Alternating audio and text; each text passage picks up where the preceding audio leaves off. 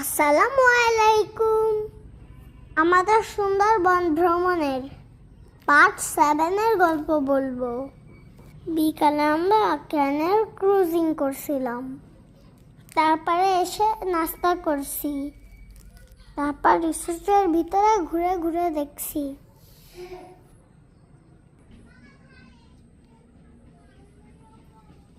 ঘোরাঘুরি করে আমরা আবার রুমে চলে আসলাম। বাইরে প্রচন্ড বৃষ্টি এসে গেল। এখন একটু রুমে থাকবো আর খেলাধুলা করব। ডিনারে আমাদের পছন্দের লুচি আর হাঁসের মাংস দিবে, তাই আমরা এক্সারসাইজ করতে লাগলাম। এক্সারসাইজ করলে আমরা যে নাস্তা করেছি সেটা হজম হয়ে যাবে, তাহলে আমরা মজা করে লুচি আর হাঁসের মাংস খেতে পারবো। আর এমনিতেই বাইরে বৃষ্টি হচ্ছে, তো তাই ঘরে খেলা ছাড়া আর কোনো উপায় নেই। রাতের বেলা আমাদের রুমটা অন্যরকম সুন্দর লাগছিল। আর আমাদের 3 ভাই বোনের দৌড়াদৌড়ি করতে মজা লাগছিল। আমরা একটু মজা করে খেলাধুলা করছিলাম।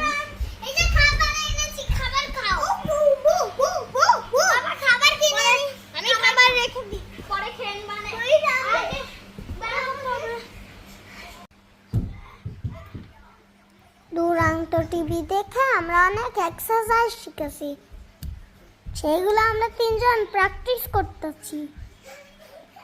ভীষণ মজা লাগছে।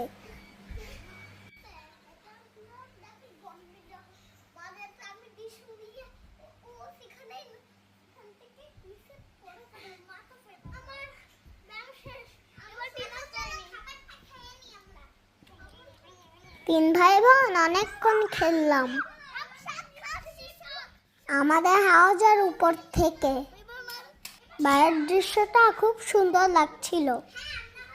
বাইরে তখন প্রচন্ড বৃষ্টি হচ্ছে, তাই একটু অন্যরকম ভালো লাগার কাজ করছে। আপনাদের আর একটা কথা বলে রাখি, টিপটপ করে সাজানো ঘরও আমরা মুহূর্তে এলোমেলো করতে পারি। আমাদের 3 জনের সেই ক্ষমতা আছে। আমরা যখন রুমে ঢুকছিলাম সুন্দর গুছানো ছিল, সেটা আমরা অলরেডি এলোমেলো করে ফেলছি। এলোমেলো করতে আমরা উস্তাদ।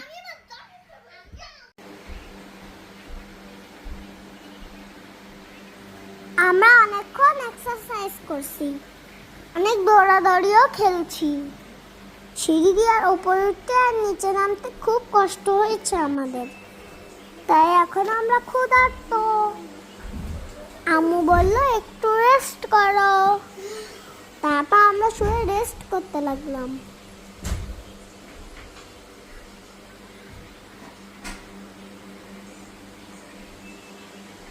একটু পরে আঙ্কেলরা ফোন করলো, বললো আমাদের ডিনার রেডি, এখন আমরা খেতে যাব।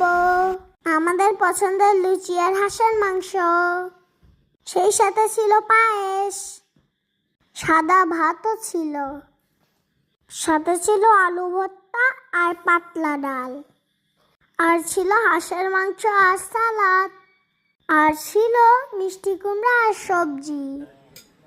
কিন্তু আমরা কিছুই খাবো না, লুচি আর মাংস খাবো।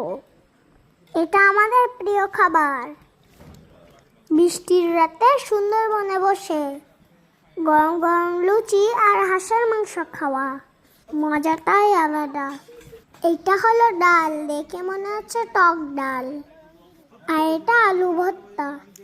হাঁসের মাংসটা খুবই টেস্টি ছিল। হাঁসের মাংস আর লুচি আমরা পেট ভরে খেলাম। এখানকার সব খাবারগুলাই খুব টেস্টি। আমরা লাঞ্চে যেই খাবারটা খেয়েছিলাম ওইটাও খুব টেস্টি ছিল। জঙ্গলের মধ্যে এত টেস্টি খাবার চিন্তাই করা যায় না। আমার তো অত্যন্ত ভালো লাগছিল। আমার মন চাচ্ছিল এখানে 1 সপ্তাহ থেকে যাই, কিন্তু উপায় নাই, বাসায় ফিরতেই হবে।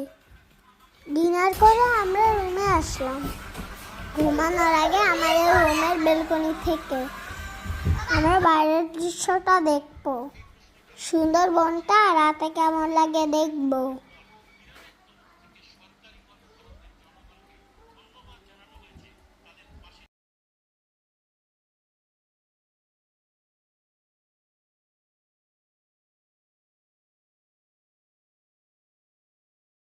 বাইরে তখনও প্রচন্ড বৃষ্টি হচ্ছে।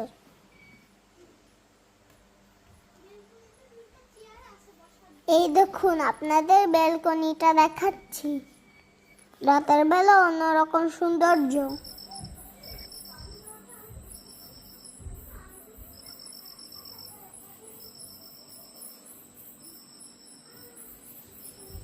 এবার আমাদের ঘুমের টাইম হয়ে গেল, আমাদের খুব ভোরে ঘুম থেকে উঠতে হবে, তারপরে আমরা কানেল ক্রুজিং এ যাব। আল্লাহ হাফেজ।